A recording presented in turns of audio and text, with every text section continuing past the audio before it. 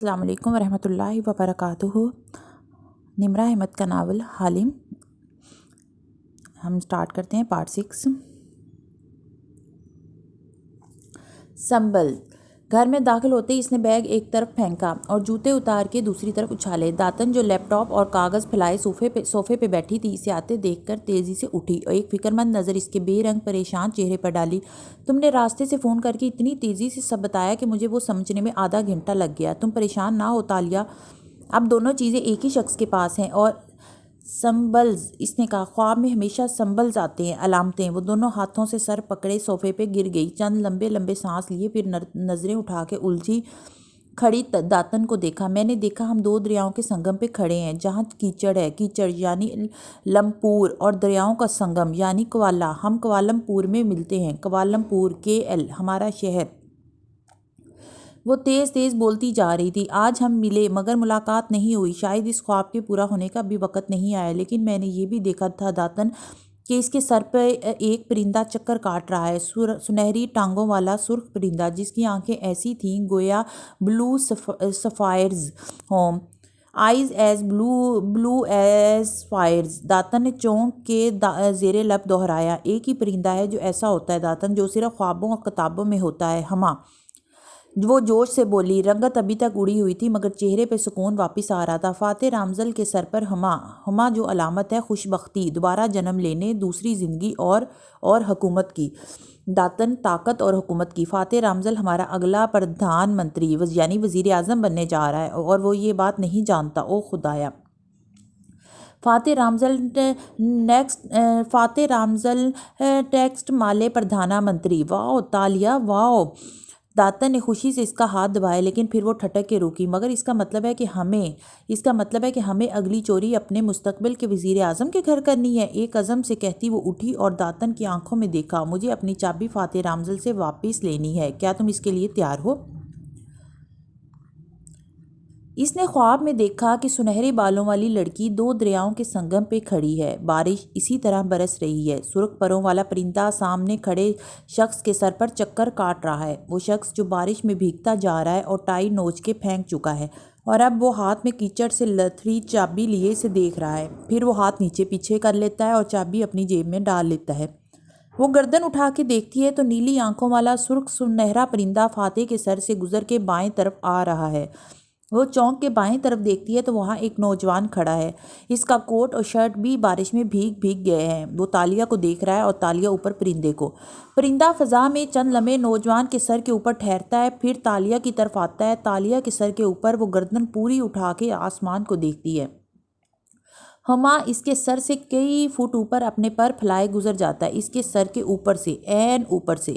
میرے ساتھ رہو، تمہیں میری ضرورت ہے اور مجھے تمہاری۔ وہ آواز پہ چونکتی ہے۔ سامنے کھڑا بارش میں بھیگا فاتح اسے پکار رہا ہے۔ وہ بدک کے پیچھے ہٹتی ہے، مڑتی ہے اور دوڑنے لگتی ہے مگر ایک پھندا سا اس کے ٹخنے پر جا پڑتا ہے، رسی کا پھندا۔ تالیہ رپٹ کے گرتی ہے، اس کے لباس اور چہرے پر کیچڑ لگ جاتا ہے، ہتھیلیوں کے بل اٹھتے ہوئے مڑتی ہے تو ایک دوسرا پھندا اس کی گردن میں آ پڑتا ہے۔ وہ بدک کھڑی ہوتی ہے، اپنی جگہ کھڑے فاتح کی گردن میں بھی ایسا ہی پھندا ہے۔ وہ ہراساں نظروں سے بائیں جانب دیکھتی ہے تو نوجوان گھٹنوں کے بل گرا پڑا ہے اور اس کی گردن بھی رسی سے کسی ہوئی ہے۔ تالیہ! داتن نے اس کا کندھا ہلایا تو اس نے چونک کے آنکھیں کھولی۔ وہ روشنیوں میں نہائے لاؤنج کے صوفے پہ پیر اوپر کر کے بیٹھی تھی، خواب فضا میں تحلیل ہو چکا تھا اور وہ حال میں واپس آ چکی تھی۔ تالیہ نے گہری سانس لے کر چہرے سے سیاہ بادل ہٹائے اور جوڑے میں لپیٹے۔ میں چائے بنانے کیا گئی، تم تو غافل سو ہی گئی۔ داتن گرما گرم چائے کا کپ لیے سامنے آ بیٹھی اور قدرے تفکر سے اسے دیکھا۔ حالم اتنی آسانی سے غافل نہیں ہوتا بدصورت مرغی۔ وہ آواز کو بھاری بنا کے گرائی تو داتن کی ساری فکرمندی ہوا ہوئی، اس کی جگہ ترہم اور افسوس نے لے لی۔ ایک تحقیق کے مطابق کسی سیلیبریٹی کو حقیقت میں دیکھ لینے کے 24 گھنٹے بعد تک دماغ معاف رہتا ہے اور انسان بغیر دماغ کے گھومتا پھرتا ہے۔ اس لیے خیر ہے بچے، میں تمہارا درد سمجھ سکتی ہوں۔ اس نے بھاری ہاتھ سے تالیہ کے کندھے کو تھپکا تو تالیہ کے ماتھے پر بل پڑے۔ زیادہ اول فول نہ بولو، میں فین مومنٹ سے نکل آئی ہوں اور میں کوئی سو نہیں رہی تھی، میں اس کا خواب دیکھ رہی تھی۔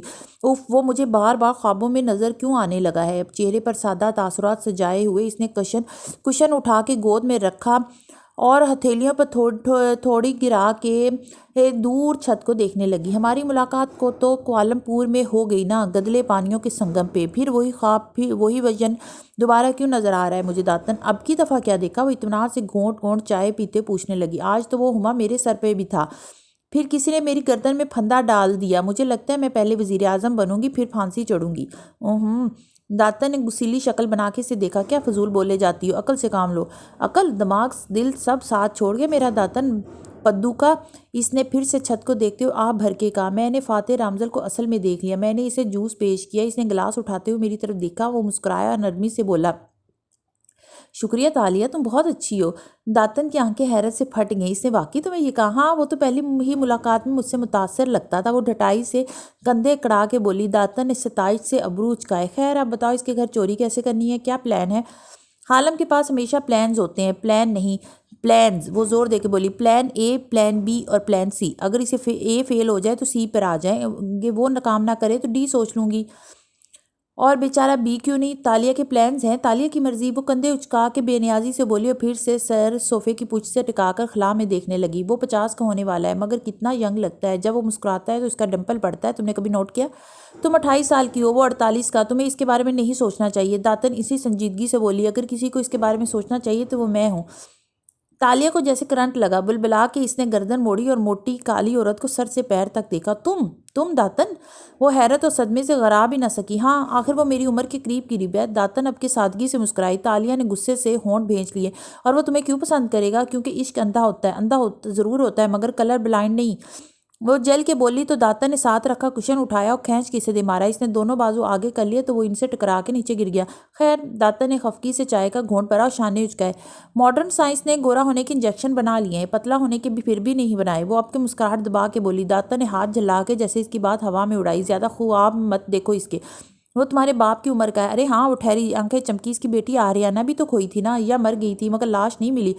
ہم نے سکہ چرانے اس کے گھر داخل ہی ہونا ہے نا، تو کیوں نہ تم آریانہ بن کے چلی جاؤ؟ تالیہ نے افسوس سے اسے دیکھتے گردن دائیں بائیں ہلائی۔ آریانہ 6 سال پہلے کھوئی تھی، جب وہ 7 سال کی تھی۔ اب اگر وہ زندہ بھی ہو تو 13 سال کی بچی ہوگی اور میں 28 کی ہوں۔ تم آریانہ کی کوئی دوست یا ٹیچر بن کے بھی جا سکتی ہو نا۔ اپنی دبلی پتلی عقل پہ اتنا زور نہ دو، پلاننگ کا کام مجھ پہ چھوڑ دو۔ اور اگر اپنی چابی چرانے کے لیے مجھے فاتح رامزل سے ملنا ہی پڑا تو میں اس کی بیٹی بن کے نہیں جانے والی۔ پھر اس نے مسکرا کے چھت کو دیکھا اور جیسے خواب بنے، میں تو ایسی سچویشن بناؤں گی جس میں اس کو مجھ سے پہلی نظر کی محبت ہو جائے۔ ابھی تو تم کہہ رہی تھی کہ تم اس سے ملی تھی اور اس نے تمہاری تعریف بھی کی تھی، جیسے تمہیں تو معلوم ہی نہیں کہ میں جھوٹ بول رہی تھی۔ وہ اسی ڈھٹائی سے ترنت بولی، پھر صوفے سے اتری اور پیروں میں سلیپرز گھسیڑے۔ میں KL کی سب سے ماہر اسکام آرٹسٹ اس لیے ہوں مسز لیانا دانش صابری، کیونکہ جب میں اپنا کردار لکھتی ہوں تو دنیا مجھے اتنا اور ویسے ہی دیکھتی ہے جتنا اور جیسا میں ان کو دکھانا چاہتی ہوں۔ میں نے اب تک بہت سے رول کیے ہیں مگر یہ رول سب سے دلچسپ ہوگا۔ فاتح اور میرے راستے کہیں نہ کہیں جا کے ملتے ہی ہیں، ہماری قسمت ایک دوسرے کے ساتھ جڑی ہے اور میرے خواب کے مطابق ہم تینوں کے سروں پر ہما پرندہ تھا اور پھر ہم تینوں کی گردن میں پھندے تھے۔ اچھا یا برا، اس کام کا انجام بہت دلچسپ ہوگا موٹی مرغی، وہ عزم سے کہتی مسکرا کے آگے بڑھنے لگی تو داتن نے کپ نیچے کیا اور چونکے سے پکارا، تینوں؟ تیسرا کون؟ اس سوال پہ وہ بھی ٹھٹ گئی جیسے حیرت سے سوچا ہو۔ ارے ہاں، اس دفعہ جب وہ منظر ذرا آگے چلا تو اس میں ایک تیسرا شخص بھی تھا۔ کون؟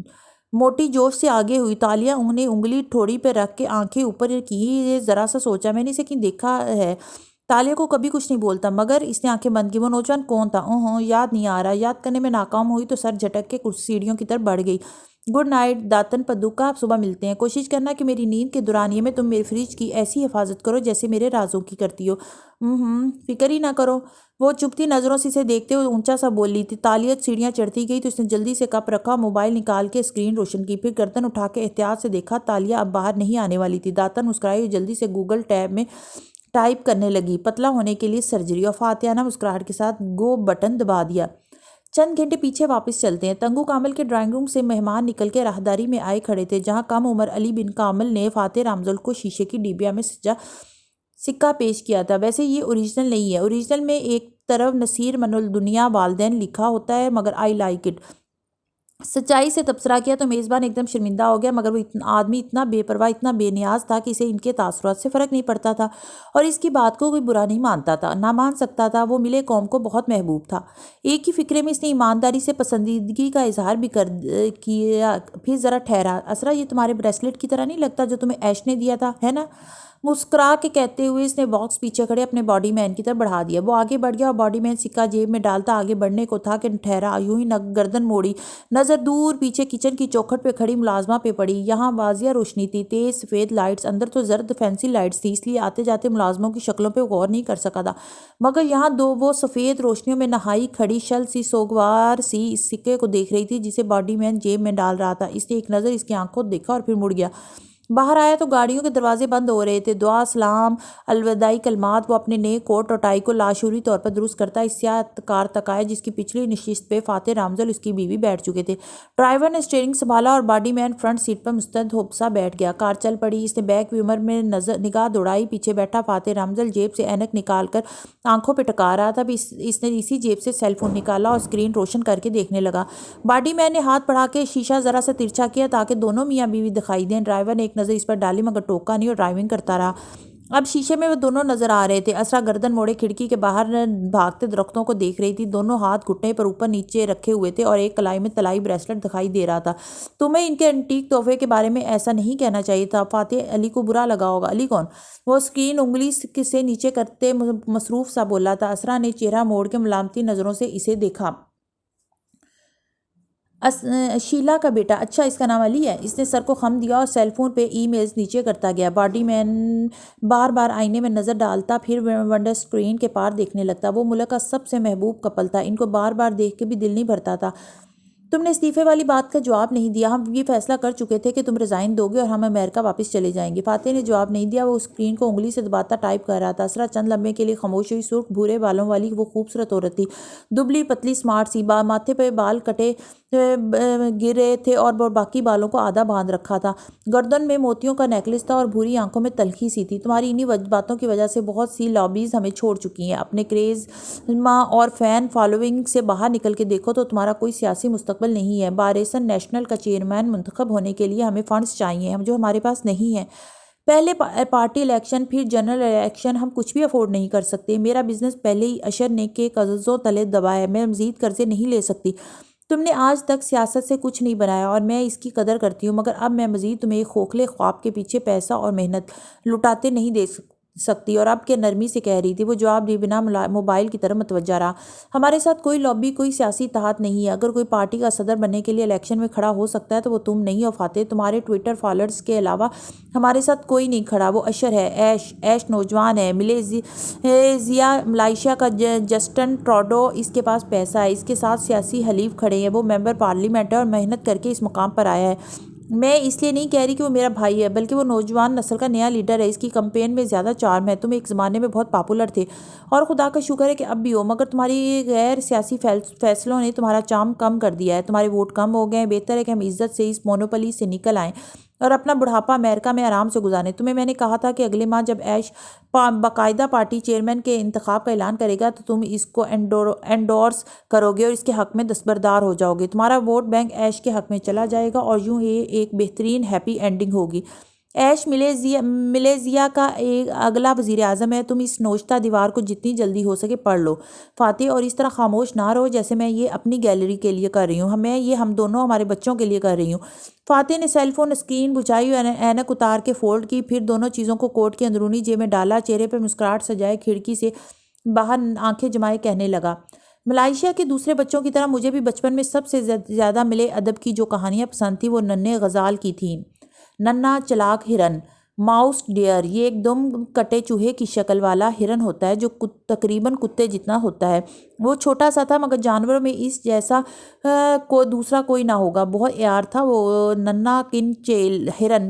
کنچیل سٹوریز کی ابتدائی داستانوں میں وہ ایک دھوکے باز، چور اور چرب زبان ہرن تھا۔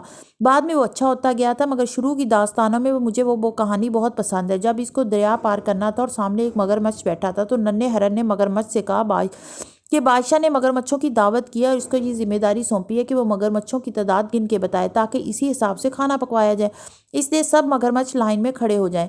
وہ کھڑکی سے باہر روشن عمارتوں کو بھاگتے دیکھ کر محظوظ سا بتا رہا تھا، سب سانس روکے اس کو سن رہے تھے۔ ایڈم کے کان پوری طرح کھڑے تھے۔ پھر کیا تھا؟ مگرمچھوں نے پل کی صورت قطار بنا لی۔ وہ 1 2 3 کر کے گنتا ہوا ایک مگرمچھ سے دوسرے پہ چھلانگ لگاتا اور یوں دریا پار کر گیا۔ مگرمچھ آج بھی بادشاہ کی دعوت کا انتظار کر رہے ہیں۔ سارے دم کٹے ہرنوں کا مسئلہ یہ ہوتا ہے کہ ان کو لوگوں کو مینیپولیٹ کرنے کی اتنی عادت پڑ جاتی ہے کہ یہ مینیپولیشن ان کی زندگی کا حصہ بن جاتی ہے۔ وہ ہاتھ پیر کٹ جانے سے مفلوج نہیں ہوتے، دوسروں کی زندگیوں کا اسٹیئرنگ وہیل چھل جانے پر مفلوج ہو جاتے ہیں۔ ایسے غزالوں کو اس وقت سے ڈرنا چاہیے جب دعوت کا انتظار کرتے مگرمچھ دریا سے نکل آئیں اور اس کو تلاش کر لیں، کیونکہ مگرمچھ خشکی پہ بھی اتنا ہی خطرناک ہوتا ہے جتنا دریا میں۔ کہہ کے اس نے جیب سے موبائل دوبارہ نکالا اور اسکرین روشن کر کے اینک ناک پہ چڑھائی۔ اسرا گہری سانس لے کر چہرہ موڑ گئی اور باڈی مین نے نگاہیں جھکا لیں۔ کیا فاتح صاحب نے اپنے سالے کو سنکنچیل بولا ہے؟ عیار اور چال باز، وہ بھی اپنے ملازموں کے سامنے؟ یا اللہ، یہ امیر لوگ ملازموں کی موجودگی میں ایسے کیسے باتیں کر لیتے ہیں؟ ہمارے محلے میں تو یوں نہیں ہوتا۔ وہ دل ہی دل میں سوچ رہا تھا۔ کار سگنل پہ رکی تو ایڈم نے دیکھا ایک طرف سے چند بچے بینرز اٹھائے چلے آ رہے تھے۔ شاید کوئی واک وغیرہ تھی جس کا اختتام ہو چکا تھا۔ وہ معمول کے انداز میں قریب سے گزر رہے تھے، مگر جیسے ہی ایک نے شیشے کے پار بیٹھے شخص کے جھکے چہرے کو دیکھا جس کو موبائل کی روشنی نے منور کر رکھا تھا، اس کی آنکھیں حیرت سے چمکی۔ وہ فوراً پلٹا اور اپنے گروہ کو خوشی اور جوش سے چیخ کے پکارا، فاتح رمزل کی کار، جلدی آؤ! سگنل ابھی سرخ تھا۔ بچے اکٹھے ہونے لگے، ہنسی مسکراہٹوں کے ساتھ ایک دوسرے کو ٹوکے دیتے ہوئے۔ ایک نے ڈرائیور کی کھڑکی کے قریب آ کر اپنا موبائل دکھا کے کچھ کہا تو باڈی مین نے گردن موڑی۔ سر، بچے شاید تصویر بنوانا یا ہاتھ ملانا چاہتے ہیں۔ ڈونٹ بی اوور ایفیشینٹ، یہ بچے ہیں، ووٹرز نہیں، اسرا تلخی سے بولی۔ باڈی مین نے خفت سے سر ہلایا اور بچوں کو دور ہٹنے کا اشارہ کیا۔ ننھے چہروں کی جوت بجھ گئی اور وہ پیچھے ہٹے۔ سگنل ہرا ہو گیا اور کار آگے چل پڑی۔ اسی پل فاتح نے موبائل سے نظریں اٹھائی اور فرنٹ سیٹ پر بیٹھے باڈی مین کو دیکھا۔ اور تم کون ہو؟ وہ بچوں کو نظر انداز کر گیا تھا۔ اس نے جلدی سے گردن موڑی اور تابداری سے کہنے لگا، سر میں ایڈم بن محمد ہوں، آپ کا باڈی مین، اور عبداللہ 11 دن کی چھٹی پہ گیا ہے تو اس نے اپنے محلے کے لڑکے کو کام کے لیے بھیج دیا ہے۔ مجھے اس کی شکل پہ ترس آ گیا، اس لیے اسے رکھ لیا۔ ایڈم نام ہے اس کا۔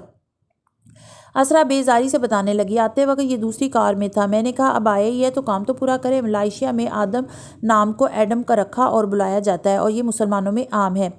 سگنل کھل گیا اور ڈرائیور نے کار آگے بڑھا دی۔ فاتح نے پھر سے موبائل دیکھتے ہوئے بھاری آواز میں پوچھا، کیا کرتے ہو ایڈم؟ ایڈم کا چہرہ اتنی توجہ پر تمتمانے لگا، سر میں فوج میں تھا، مگر صحت کے واجبی سے مسئلے پہ وہاں سے فارغ ہو گیا۔ پھر 2-3 جگہ اپلائی کیا مگر نوکری نہیں ملی۔ والد صاحب ایک دکان میں پہ سیلز مین ہیں، ان کے ساتھ بھی کام کیا، ایک سیکورٹی فرم سے پرائیویٹ باڈی گارڈ کی تربیت بھی لی۔ اب عبداللہ کی جگہ 11 دن کے لیے آیا ہوں۔ اور تم کیا باڈی گارڈ والا لباس پہن کر آ گئے ہو؟ اسرا نے پیچھے سے برہمی سے ٹوکا، تم فاتح صاحب کے باڈی گارڈ نہیں ہو، باڈی مین ہو، اور ان دونوں میں بہت فرق ہوتا ہے۔ آئندہ نہ دیکھو میں یہ سوٹ اور ٹائی اور یہ پستول، اس کا لائسنس ہے؟ ڈیش بورڈ کی طرف اشارہ کی۔ جی میم، مجھے لگا مجھے باڈی گارڈ بننا ہے۔ وہ شرمندہ ہو گیا۔ خیر ٹھیک ہے، گن ساتھ لے کر گھوم سکتے ہو مگر حلیہ درست کر کے آنا کل۔ وہ نخوت سے کہتی بات ختم کر کے کھڑکی سے باہر دیکھنے لگی۔ وان فاتح نے موبائل واپس جیب میں ڈالا اور اینک اتارتے ہوئے اسے مخاطب کیا، ووٹ کس کو ڈالا تھا تم نے ایڈم؟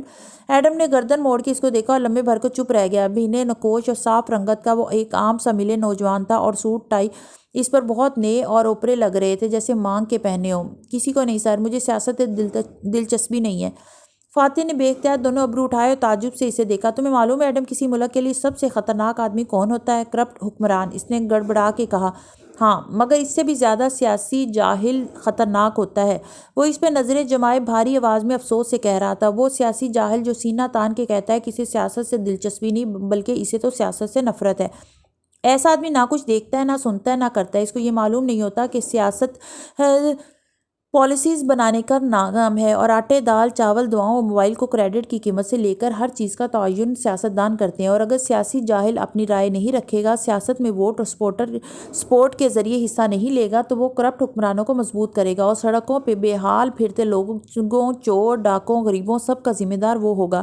مجھے زیادہ خوشی ہوتی ایڈم اگر تم کہتے کہ تم نے میرے مخالف کو ووٹ ڈالا تھا، کیونکہ تب مجھے لگتا کہ میں ایک سیاسی خواندہ سے بات کر رہا ہوں جس کی کوئی سوچ ہے، بھلے مجھ سے مختلف ہو مگر کوئی نظریہ کوئی رائے کچھ تو ہے اس کے پاس. یہ انسان کی آزاد رائے ہوتی ہے جو ہمیں ایک دوسرے سے مختلف کرتی ہے، ورنہ ہم میں اور بھیڑ بکریوں میں کیا فرق ہے. آخر میں کندھے اچکا کے کھڑکی سے باہر دیکھنے لگ گیا. ایڈم پہ تو گھڑوں پانی پڑ گیا. اس کا چہرہ بالکل مرجھا گیا. دونوں میاں بیوی کو گھر اتار کے وہ کار سے نکلا اور چھٹی لے کر باہر آ گیا. آدھے گھنٹے کی بس کی خواری کے بعد وہ اپنے گھر کے باہر کھڑا تھا. ایک منزلہ چھوٹا سا گھر جس کی چھت مخروطی تھی اور دیواریں لکڑی کی تھیں. کھڑکیاں اس پہر بھی روشن تھی. ضرور اس کی ماں جاگ رہی تھی. وہ احتیاط سے دروازہ کھول کے اندر آیا، کوٹ اتار کے سٹینڈ پر ٹانگا، پھر پلٹا تو دیکھا کچن کے دروازے پر ویسے ہی چینی نوکوش والی عورت کھڑی تھی. ایڈم تم آ گئے، کھانا لاؤں؟ لکڑی کے راداری میں سدا بہار پھولوں کی مہک پھیلی تھی. گھر میں جا بجا چھوٹے برتنوں، ٹین، ڈبوں اور بوتلوں میں پودے اور بیلیں لگی تھیں. بھوک نہیں ہے ماں؟ وہ بددلی سے سر جھکائے آگے بڑھتا گیا. باپا سے کہنا کہ یہ سوٹ دکان پہ واپس کر دیں. کل سے مجھے دوسری قسم کے سوٹ پہننے ہوں گے، 2 پیس ٹائپ. مگر گارڈز تو ایسے ہی سوٹڈ بوٹڈ رہتے ہیں نا. دیر عمر عورت حیران سی ہوئی مگر وہ چہرہ لٹکائے کچن میں داخل ہوا، کرسی کھینچ کے خاموشی سے بیٹھ گیا. عبداللہ نے کہا تھا مجھے باڈی مین بننا ہے. میں سمجھا باڈی گارڈ ہی ہوتا ہے. باڈی مین کیا ہوتا ہے؟ ماں نے چمبے سے کہتے ہوئے سامنے والی کرسی کھینچی. چھوٹا سا کچن نفاست سے صاف کیا گیا تھا اور کھڑکی پہ جالی دار پردے لہرا رہے تھے. وہاں بھی چھوٹے چھوٹے سے سرسبز پتوں والے گملے رکھے تھے. ایڈم نے بجھا ہوا چہرہ اٹھایا. ماں کا چہرہ دیکھا. باڈی مین پرسنل ایڈ کو کہتے ہیں ماں، جیسے سیکرٹری، اسسٹنٹ.